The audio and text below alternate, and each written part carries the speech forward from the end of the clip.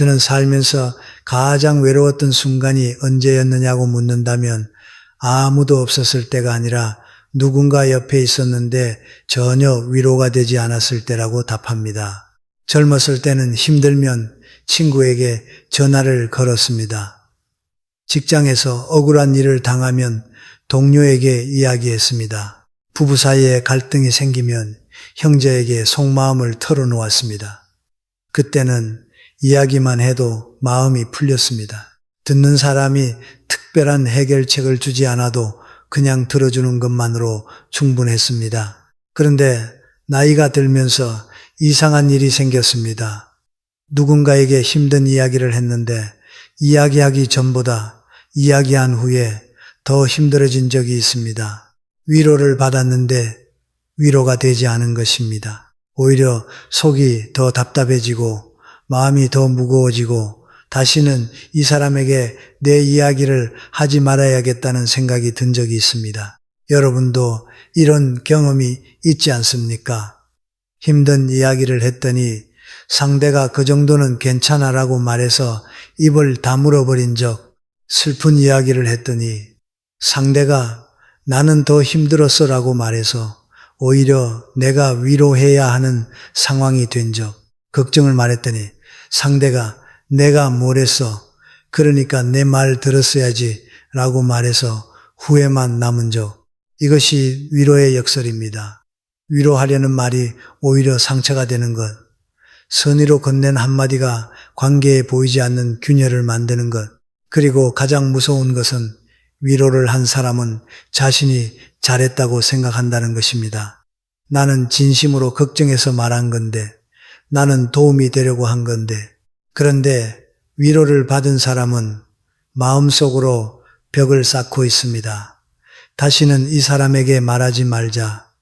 이 벽이 하나 둘 쌓이면 어느 날 관계가 끊어집니다. 아무런 싸움도 없이, 아무런 사건도 없이 조용히 멀어집니다. 미국의 임상심리학자 브레네 브라운 교수는 이렇게 말했습니다.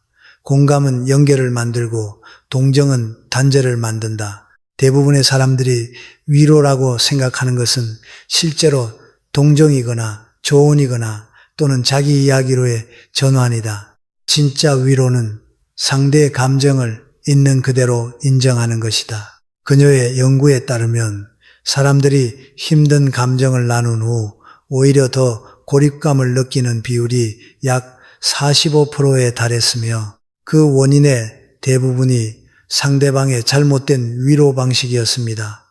위로가 독이 되는 순간 관계도 함께 병들기 시작합니다. 한국정신건강복지센터의 2024년 조사에 따르면 성인 중 약 52%가 누군가에게 힘든 이야기를 한 후 오히려 후회한 경험이 있다고 응답했습니다. 그리고 후회의 이유를 물었을 때 가장 많은 답은 내 이야기를 들어주기보다 자기 이야기를 하더라였고 두 번째는 별것 아니라고 무시당한 느낌이 들었다였으며 세 번째는 조언만 하고 내 감정에는 관심이 없는 것 같았다였습니다.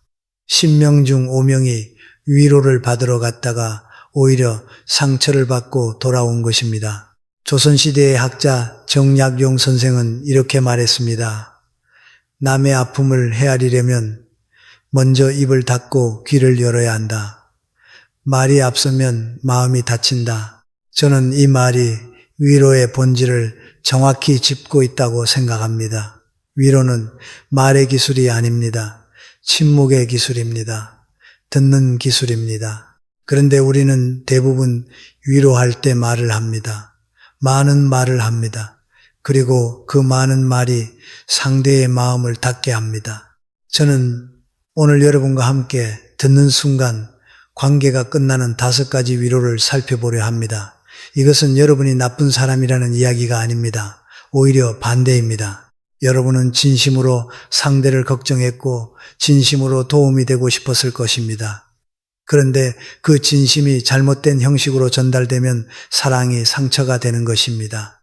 오늘 이후 위로의 방향을 조금만 바꾸면 여러분의 한마디의 사람들이 다시 마음을 열기 시작할 것입니다. 멀어졌던 친구가 다시 전화를 걸어올 것이고 속마음을 감추던 자식이 다시 이야기를 꺼낼 것이고 서먹해진 형제가 다시 가까워질 것입니다. 위로 하나 바꾸면 관계가 살아납니다. 저는 잘못된 위로 중에서 가장 흔하고 가장 자연스럽게 나오는 것이 무엇이냐고 묻는다면 망설임 없이 이것이라고 답합니다. 나는 더 힘들었어. 이 말은 위로의 탈을 쓴 약탈입니다. 상대의 아픔을 빼앗아 자기 것으로 만드는 것입니다. 친구가 허리가 아프다고 하면 나는 허리 디스크 수술까지 했어. 동생이 회사에서 힘들다고 하면 나 때는 이것보다 더 했어. 자식이 육아가 힘들다고 하면 내가 너 키울 때는 이런 것도 없었어. 배우자가 피곤하다고 하면 나는 더 피곤해. 이 말을 하는 사람은 자신이 위로하고 있다고 생각합니다.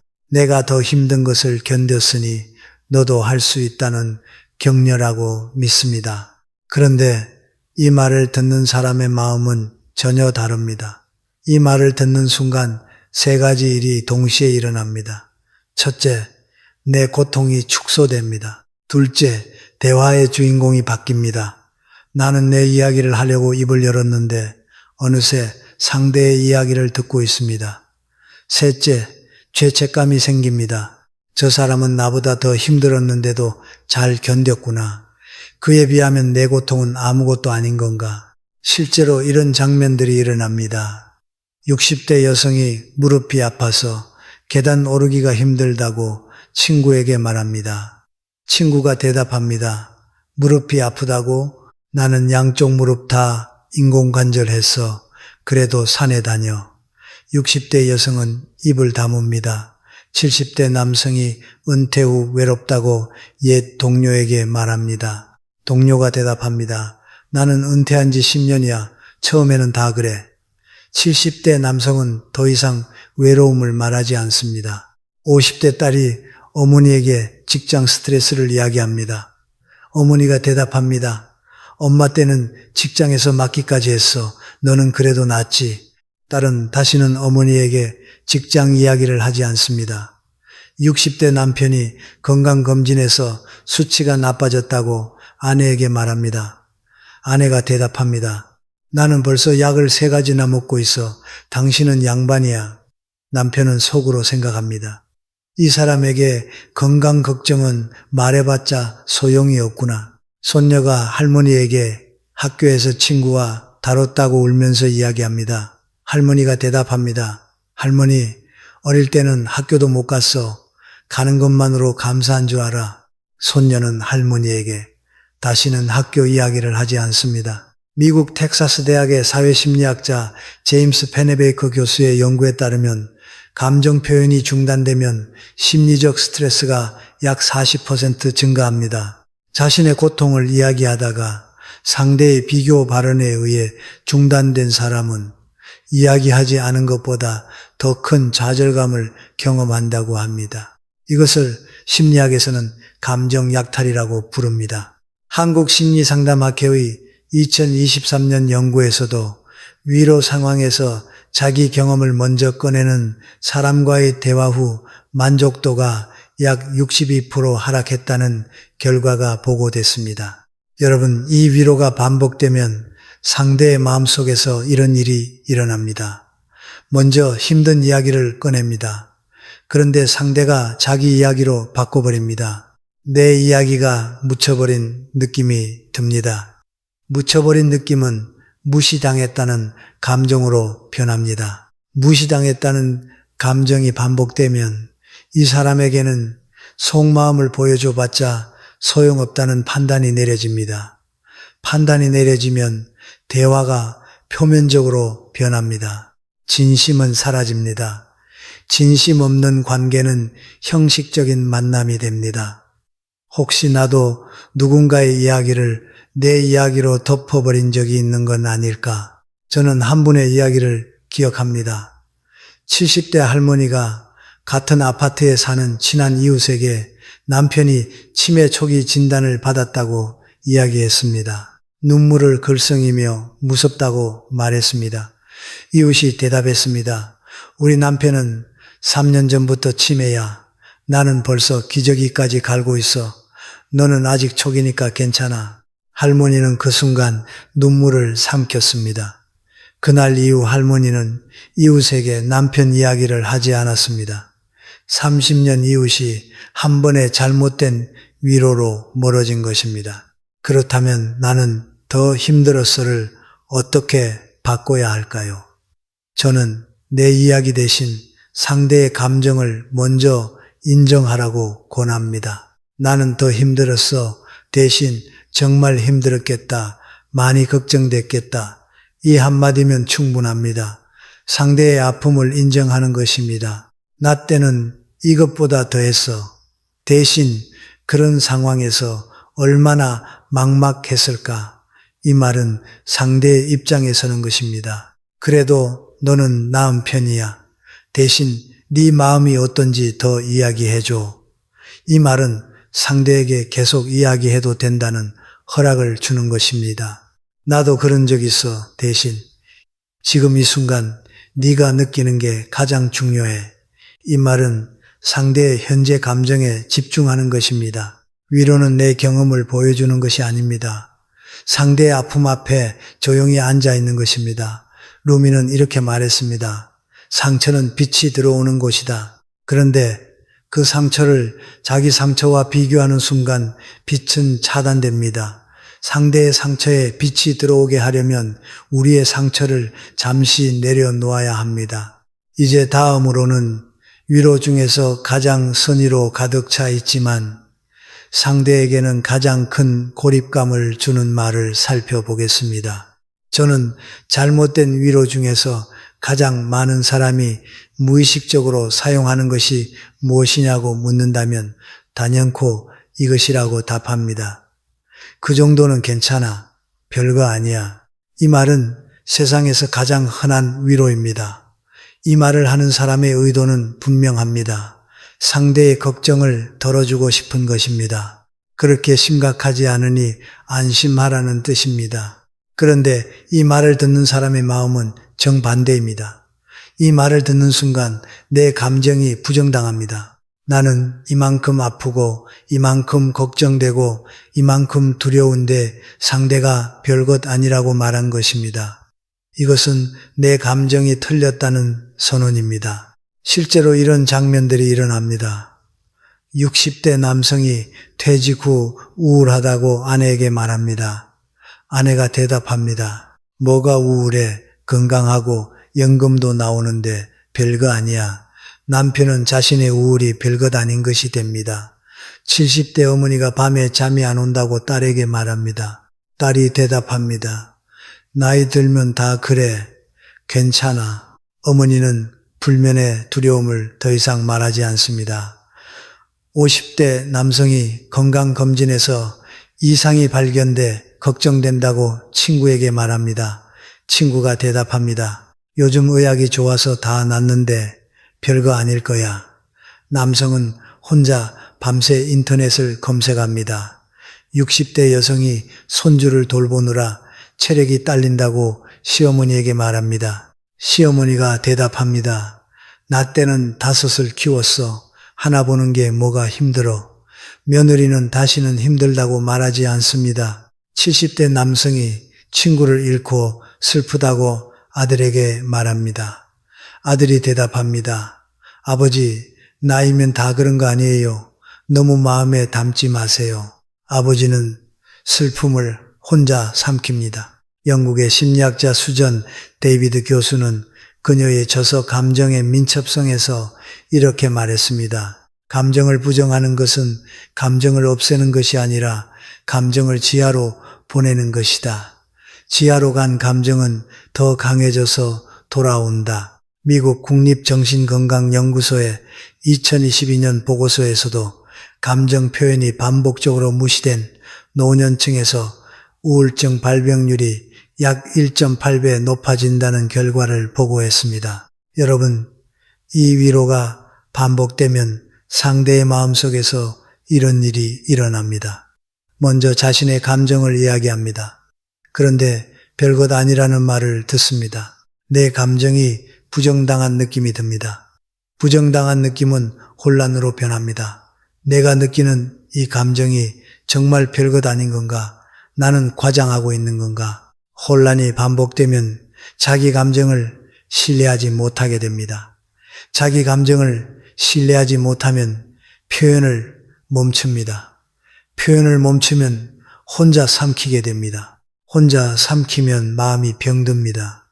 혹시 나도 누군가에게 별것 아니라고 말해서 그 사람이 감정을 삼키게 만든 적이 있는 건 아닐까? 저는 한 분의 이야기를 기억합니다.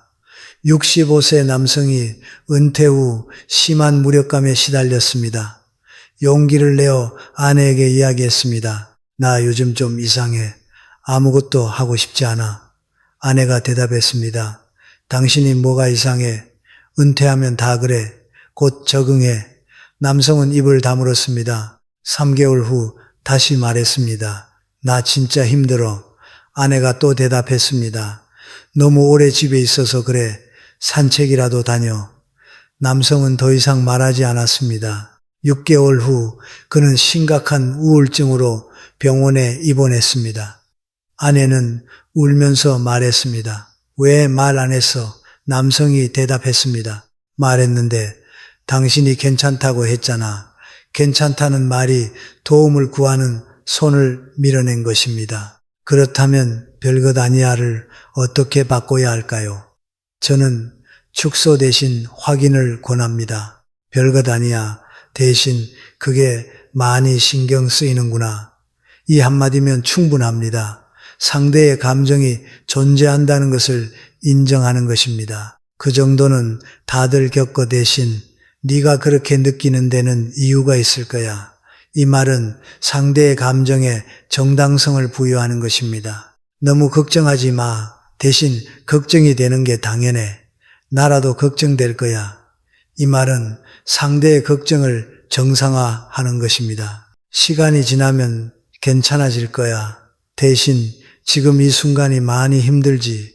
이 말은 미래가 아니라 현재에 집중하는 것입니다. 감정을 축소하면 관계도 축소됩니다. 감정을 인정하면 관계도 깊어집니다. 빅토르 프랑클은 이렇게 말했습니다.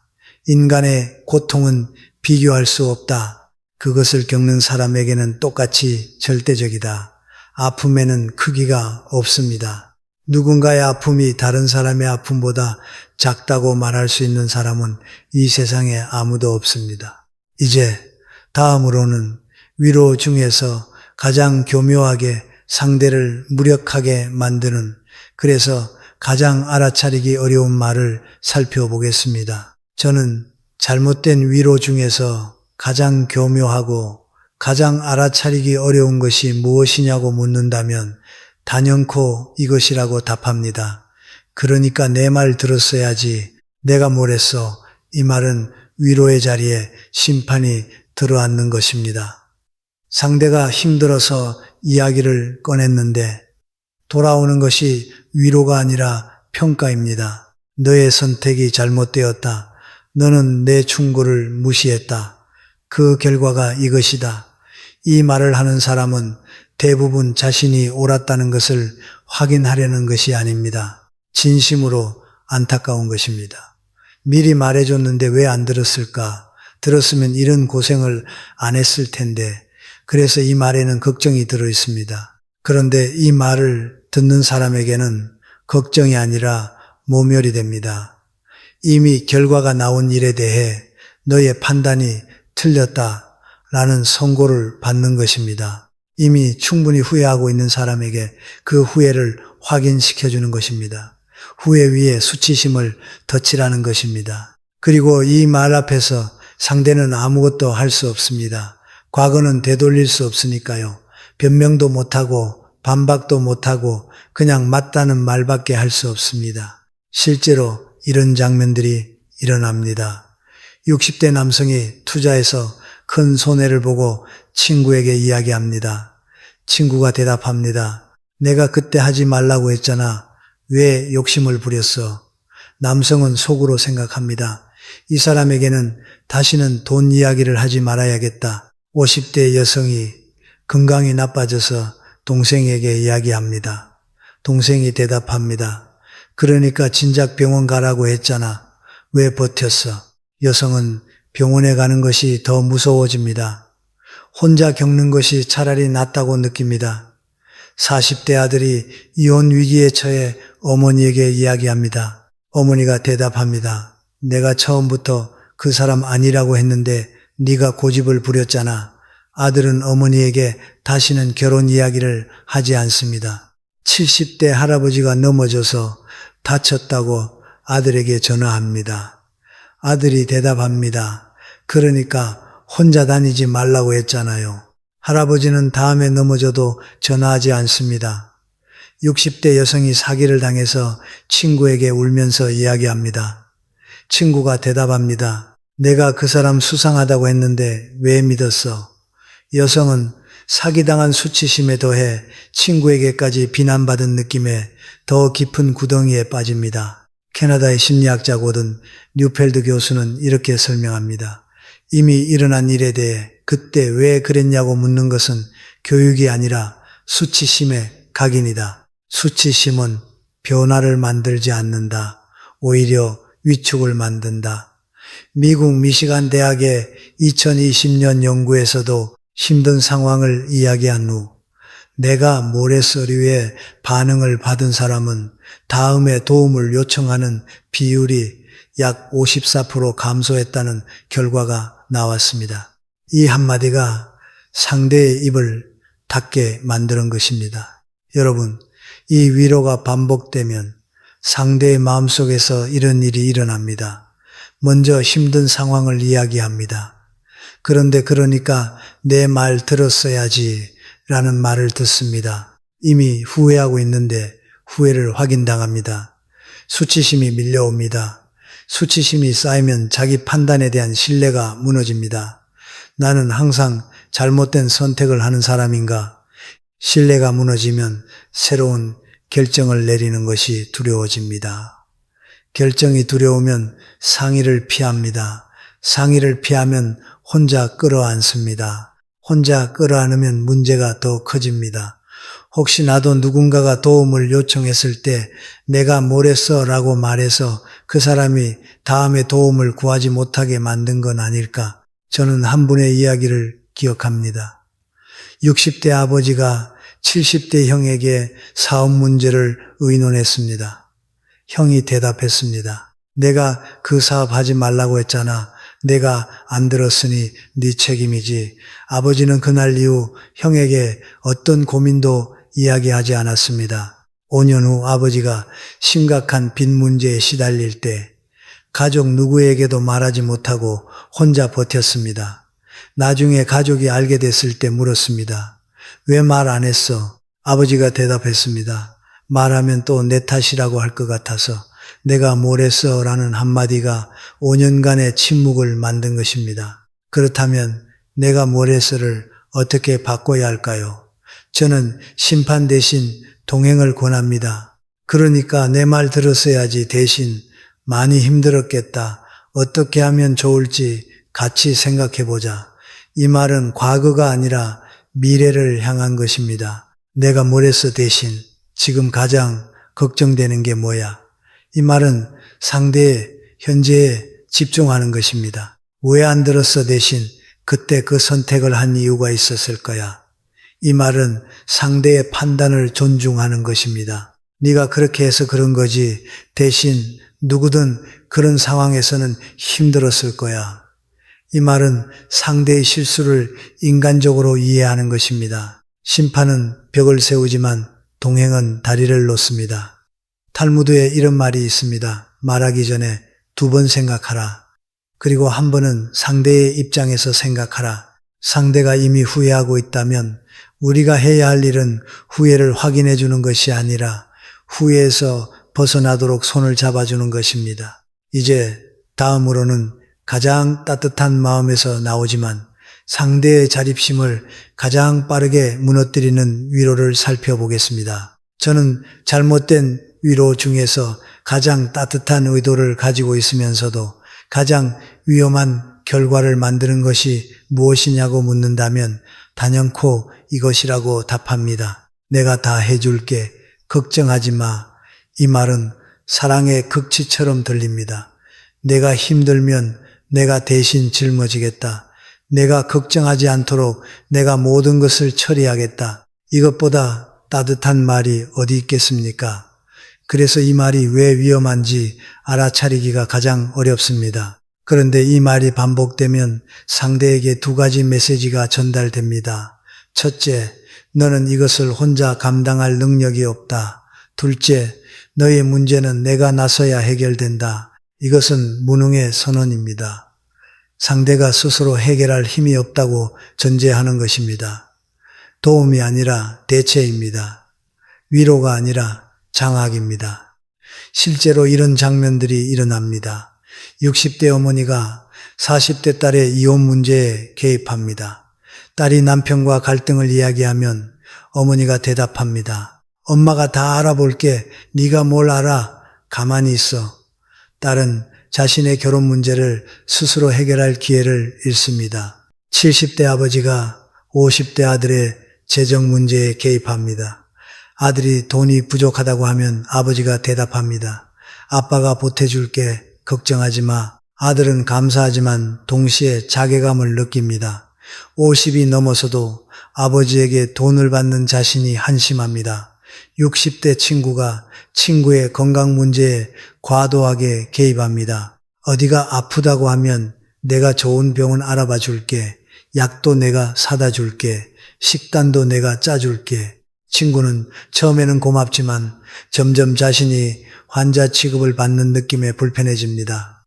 70대 형이 동생의 모든 고민을 대신 해결하려 합니다. 동생이 고민을 말하면 형이 대답합니다. 내가 뭘 알아? 내가 알아서 할게. 동생은 50년간 형의 그늘에 가려 자기 인생을 스스로 결정한 경험이 거의 없습니다. 미국의 가족치료학자 버지니아 사티어 박사는 이렇게 말했습니다. 진정한 도움은 상대가 스스로 해결할 힘을 키워주는 것이지 대신 해결해주는 것이 아니다. 대신 해결해주면 일시적으로 고통은 줄지만 장기적으로 상대의 자립 능력이 약해진다. 한국상담심리학회의 2024년 연구에서도 과잉 도움을 받은 성인은 자기 효능감이 평균 약 28% 낮아지며 새로운 문제에 직면했을 때 타인에게 의존하는 비율이 약 2배 높아진다는 결과가 보고됐습니다. 여러분, 이 위로가 반복되면 상대의 마음속에서 이런 일이 일어납니다. 먼저 문제를 이야기합니다. 그러면 상대가 모든 것을 대신해 주겠다고 합니다. 처음에는 감사합니다. 그런데 반복되면 의문이 듭니다. 이 사람은 내가 혼자 할 수 없다고 생각하는 건가? 의문은 자괴감으로 변합니다. 나는 정말 혼자 아무것도 못하는 사람인가? 자괴감이 쌓이면 도움을 받는 것 자체가 수치스러워집니다. 수치심이 커지면 문제가 생겨도 이야기하지 않습니다. 이야기하면 또 대신 해주려 할 것이 뻔하니까요. 결국 혼자 끌어안고 관계는 표면적이 됩니다. 혹시 나도 누군가를 도와주겠다고 하면서 실은 그 사람의 힘을 빼앗고 있었던 건 아닐까? 저는 한 분의 이야기를 기억합니다. 70대 어머니가 50대 딸의 모든 일에 개입했습니다. 딸이 아이 교육 문제를 고민하면 엄마가 알아봐 줄게. 직장 문제를 이야기하면 엄마가 사람을 소개해 줄게. 건강 문제가 생기면 엄마가 병원 예약해 놓을게. 딸은 20년간 어떤 문제도 스스로 해결한 적이 없었습니다. 그러다 어머니가 갑자기 쓰러졌습니다. 딸은 어머니 없이 아무것도 할 수 없었습니다. 병원 선택도, 보험 처리도, 간병인 구하기도. 딸은 울면서 이렇게 말했습니다. 엄마가 다 해주셔서 나는 아무것도 배우지 못했습니다. 사랑이 과하면 무력을 만듭니다. 그렇다면 내가 다 해줄게를 어떻게 바꿔야 할까요? 저는 대신 지지를 권합니다. 내가 다 해줄게. 대신 내가 어떻게 하고 싶은지 이야기해봐. 내가 도울 수 있는 부분이 있으면 말해줘. 이 말은 주도권을 상대에게 돌려주는 것입니다. 걱정하지 마. 내가 알아서 할게. 대신 네가 결정하면 돼. 무엇이든 지지할게. 이 말은 상대의 판단을 신뢰하는 것입니다. 네가 뭘 알아 대신 네 생각은 어때? 이 말은 상대의 지혜를 인정하는 것입니다. 내가 해줄게. 가만히 있어. 대신 같이 해볼까? 아니면 혼자 해보고 싶어. 이 말은 상대에게 선택권을 주는 것입니다. 진짜 도움은 물고기를 잡아주는 것이 아니라 물고기 잡는 법을 함께 배우는 것입니다.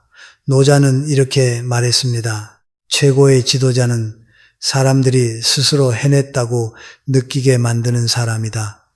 최고의 위로도 마찬가지입니다.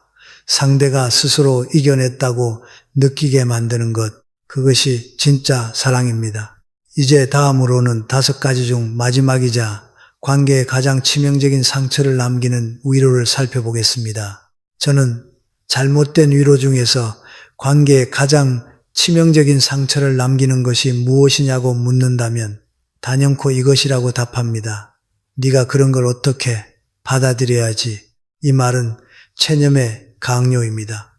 상대가 아직 아프고 아직 분노하고 아직 슬퍼하고 있는데 이제 그만 받아들이라고 말하는 것입니다. 감정의 문을 강제로 닫으라는 명령입니다. 이 말을 하는 사람은 대부분 상대가 더 이상 고통받지 않기를 바랍니다. 빨리 이 아픔에서 벗어나기를 원합니다. 계속 아파하는 것을 보는 것이 본인도 힘들기 때문입니다. 그런데 이 말을 듣는 사람에게는 이렇게 들립니다. 내 감정은 이제 그만해도 된다. 내가 아파하는 것이 나를 불편하게 한다. 빨리 회복하라. 내가 보기 힘드니까. 이것은 상대를 위한 위로가 아닙니다. 자신의 불편함을 해소하기 위한 요청입니다. 실제로 이런 장면들이 일어납니다. 70대 남성이 50년 함께한 아내를 잃었습니다. 장례를 치르고 한 달이 지났는데 친구가 이렇게 말합니다. 이제 받아들여야지. 사람 일이 다 그런 거야. 너무 오래 슬퍼하면 건강에 안 좋아. 남성은 자신의 슬픔에 시간 제한이 있다는 것을 깨닫습니다. 한 달이면 충분히 슬퍼한 것인가? 50년의 세월을 한 달 만에 정리해야 하는가? 60대 여성이 유방암 진단을 받았습니다. 동생에게 이야기했더니 동생이 이렇게 말합니다. 요즘 의학이 좋잖아. 긍정적으로 생각해. 받아들여야지. 여성은 두려움을 더 이상 말하지 못합니다. 긍정적이지 않은 자신이 잘못된 것 같습니다. 50대 남성이 구조조정으로 실직했습니다. 형에게 이야기했더니 형이 이렇게 말합니다. 내 나이에 어디 취직이 되겠어. 그냥 현실을 받아들여. 남성은 마지막 희망까지 꺾입니다. 70대 어머니가 자식과 연락이 끊겨 외롭다고 친구에게 말합니다. 친구가 이렇게 말합니다. 다 큰 자식인데 어쩔 수 없지. 받아들여야지. 어머니는 외로움을 누구에게도 말하지 못하게 됩니다. 미국의 심리학자 수전 실크 교수와 베리 골드먼 교수는 위로의 동심원 이론을 발표하면서 이렇게 말했습니다. 고통의 중심에 있는 사람에게는 위로만 보내야 하고 자기의 불편함은 바깥 원에 있는 사람에게 토로해야 한다. 받아들이라는 말은 바깥 원의 불편함을 안쪽 원에 쏟는 것이다. 한국노인복지학회의 2023년 연구에서도 상실을 경험한 노년층 중 감정을 충분히 표현할 수 있었던 그룹이 받아들이라는 말을 자주 들은 그룹보다 회복 속도가 약 1.6배 빨랐다는 결과가 나왔습니다. 감정을 충분히 겪어야 지나갈 수 있습니다. 억지로 닫으면 닫힌 자리에서 맺습니다. 여러분, 이 위로가 반복되면 상대의 마음속에서 이런 일이 일어납니다. 먼저 아픔을 이야기합니다. 그런데 받아들이라는 말을 듣습니다. 내가 아직 아파하는 것이 잘못된 것인가 하는 의문이 듭니다. 의문은 죄책감으로 변합니다. 다른 사람들은 다 받아들이는데 나만 아직 이러고 있구나. 죄책감이 쌓이면 감정을 숨기기 시작합니다. 괜찮은 척 합니다. 괜찮은 척이 쌓이면 진짜 감정과 겉감정이 분리됩니다. 밖으로는 웃지만 안으로는 울고 있습니다. 이 분리가 오래되면 마음이 병듭니다. 혹시 나도 누군가에게 받아들이라고 말해서 그 사람이 괜찮은 척을 하게 만든 건 아닐까? 저는 한 분의 이야기를 기억합니다. 75세 남성이 아내를 잃고 매일 울었습니다. 자식들이 이렇게 말했습니다. 아버지, 이제 그만 받아들이세요. 엄마도 아버지가 이러시는 걸 원하지 않으실 거예요. 아버지는 울음을 멈췄습니다. 자식들 앞에서. 그런데 혼자 있을 때는 여전히 울었습니다. 1년 후 건강검진에서 심각한 우울증이 발견됐습니다. 의사가 물었습니다. 힘든 감정을 누군가에게 이야기하셨나요? 아버지가 대답했습니다. 받아들이라고 해서 받아들인 척 했습니다. 받아들이라는 말이 아버지의 슬픔을 지하실에 가둔 것입니다. 그렇다면 받아들이라는 말을 어떻게 바꿔야 할까요? 저는 체념 대신 함께함을 권합니다. 받아들여야지 대신 내가 준비될 때까지 기다릴게. 이 말은 상대에게 시간을 주는 것입니다. 회복에는 정해진 시간이 없습니다. 네가 그런 걸 어떻게 해? 대신 지금 많이 힘들지. 그 마음 충분히 이해해. 이 말은 상대의 감정을 있는 그대로 인정하는 것입니다. 긍정적으로 생각해 대신 슬플 때는 슬퍼해도 돼. 옆에 있을게. 이 말은 부정적 감정도 허용하는 것입니다. 너무 오래 슬퍼하면 안 돼. 대신 네 마음이 말해주는 대로 따라가면 돼. 이 말은 상대 스스로 감정의 속도를 정하게 하는 것입니다. 감정은 강제로 닫을 수 없습니다. 충분히 흘러야 비로소 지나갑니다. 장자는 이렇게 말했습니다. 물은 억지로 막으면 넘치고 자연스럽게 흐르게 하면 제자리를 찾는다. 감정도 물과 같습니다. 막으면 넘치고 흐르게 하면 지나갑니다. 여기까지 5가지 잘못된 위로를 살펴보았습니다. 나는 더 힘들어서 그 정도는 괜찮아. 그러니까 내 말 들었어야지. 내가 다 해줄게. 그리고 받아들여야지. 이 5가지는 모두 사랑에서 나온 말입니다. 걱정에서 나온 말입니다. 그러나 사랑의 포장 안에 상처가 들어 있습니다. 이제부터는 진짜 위로는 어떻게 하는 것인지 5가지 핵심 원칙을 말씀드리겠습니다. 첫 번째 원칙은 입을 닫고 귀를 여는 것입니다. 위로의 80%는 듣기입니다. 상대가 이야기할 때 우리가 해야 할 일은 해결책을 찾는 것이 아니라 끝까지 듣는 것입니다. 미국의 심리학자 칼 로저스 교수는 이것을 적극적 경청이라고 불렀습니다. 판단하지 않고 끼어들지 않고 상대의 말이 끝날 때까지 온전히 들어주는 것. 실제로 이렇게 해보십시오. 상대가 힘든 이야기를 할 때 첫 3분 동안 아무 말도 하지 마십시오. 고개만 끄덕이십시오. 그리고 상대가 말을 멈추면 이렇게만 말하십시오. 더 이야기해줘. 이 3글자가 어떤 조언보다 강합니다. 두 번째 원칙은 감정을 이름 붙여 인정하는 것입니다. 상대가 힘들다고 하면 무엇이 힘든지 묻기 전에 감정을 먼저 불러주십시오. 많이 외로웠구나. 화가 났겠다. 무섭고 불안하겠다. 답답했겠다.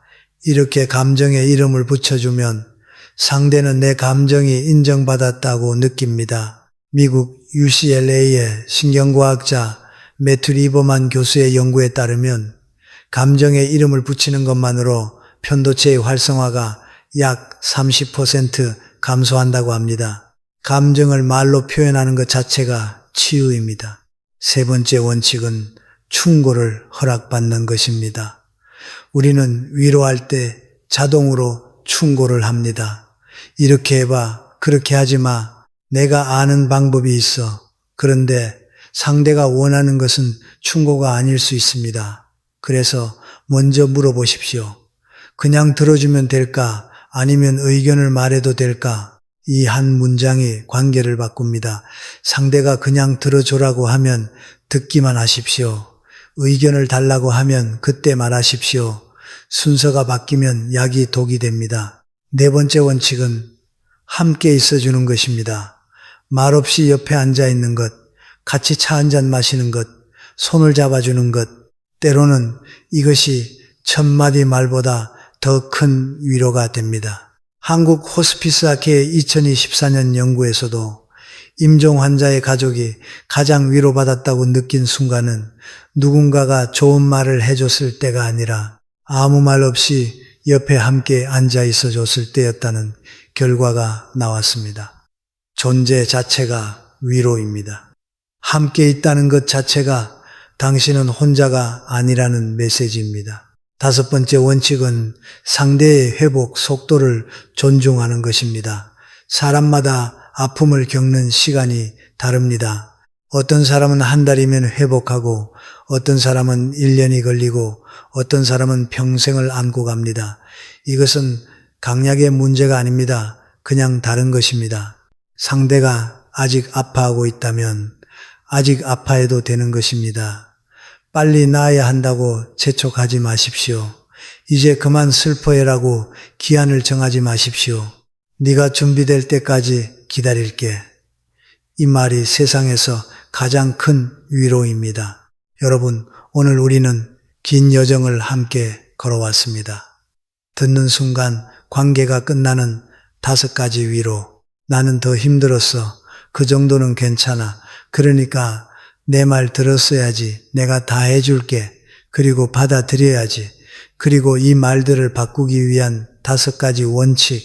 듣기, 감정 인정, 충고, 허락받기, 함께 있기, 속도 존중.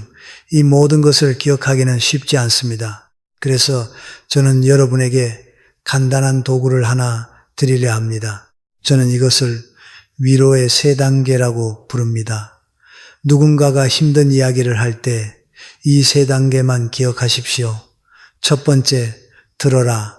끝까지 들어라. 끼어들지 말고 해결책을 찾지 말고 그냥 들어라. 두 번째, 인정하라. 힘들었겠다. 그 한마디면 충분하다. 세 번째, 물어라. 내가 뭘 해주면 좋겠어. 이 3단계, 듣고 인정하고 물어라. 이것만 기억하시면 됩니다. 이 3단계를 지키면 여러분의 위로는 칼이 아니라 이불이 됩니다. 여러분, 오늘부터 딱 하나만 바꿔보십시오. 누군가가 힘든 이야기를 할 때 첫 마디를 바꾸십시오. 그 정도는 괜찮아. 대신 많이 힘들었겠다. 이 한마디만 바꾸십시오. 첫째 날에는 어색할 것입니다. 말이 입에서 잘 나오지 않을 것입니다. 둘째 날에는 조금 편해질 것입니다. 셋째 날에는 상대의 표정이 달라지는 것을 느낄 것입니다. 그 표정 변화를 보는 순간 여러분은 알게 될 것입니다. 아, 이것이 진짜 위로구나. 저는 한 분의 이야기로 오늘을 마무리하고 싶습니다. 60대 여성이 평생 친구에게 위로를 잘한다는 말을 들어왔습니다. 힘든 일이 있으면 그 여성에게 이야기하라고 주변에서 권할 정도였습니다. 그런데 어느 날 그 여성이 깨달았습니다. 자신에게 위로를 구했던 사람들 중 상당수가 한두 번 이야기하고 나서 다시 오지 않았다는 것을 왜 안 올까 생각해 보니 자신이 항상 해결책을 제시하고 자기 경험을 이야기하고 괜찮다고 말했다는 것을 깨달았습니다. 그날부터 그 여성은 위로 방식을 바꿨습니다. 말하는 대신 들었습니다. 해결 대신 인정했습니다. 충고 대신 함께 앉아 있었습니다. 6개월 후 멀어졌던 친구가 다시 전화를 걸어왔습니다. 오랜만에 너한테 이야기하고 싶어서. 여성은 그 순간 알았습니다. 진짜 위로는 말이 아니라 자리였다는 것을. 맹자는 이렇게 말했습니다. 사람의 마음을 움직이는 것은 화려한 말이 아니라 진심 어린 침묵이다. 이것이 오늘 이야기의 전부입니다. 위로는 말의 기술이 아닙니다. 마음의 자세입니다. 상대의 아픔 앞에서 내 경험을 내려놓고 내 판단을 내려놓고 내 불편함을 내려놓고 오직 상대의 감정만 바라보는 것, 그것이 진짜 위로입니다. 여러분, 우리의 나이에 새로운 기술을 배우는 것은 쉽지 않습니다. 그런데 위로를 바꾸는 것은 기술이 아니라 태도입니다. 태도는 나이에 관계없이 바꿀 수 있습니다. 오늘 누군가에게 전화 한 통 거십시오. 그리고 상대의 이야기를 끝까지 들어보십시오. 한마디도 끼어들지 말고, 그리고 이야기가 끝나면 이렇게만 말하십시오. 이야기해줘서 고마워. 이 한마디가 관계를 살리는 첫걸음이 됩니다. 위로의 품격은 얼마나 좋은 말을 했느냐가 아니라 얼마나 깊이 들어주었느냐로 결정됩니다. 우리 모두 듣는 사람이 됩시다. 그것이 이 나이에 줄 수 있는 가장 귀한 선물입니다.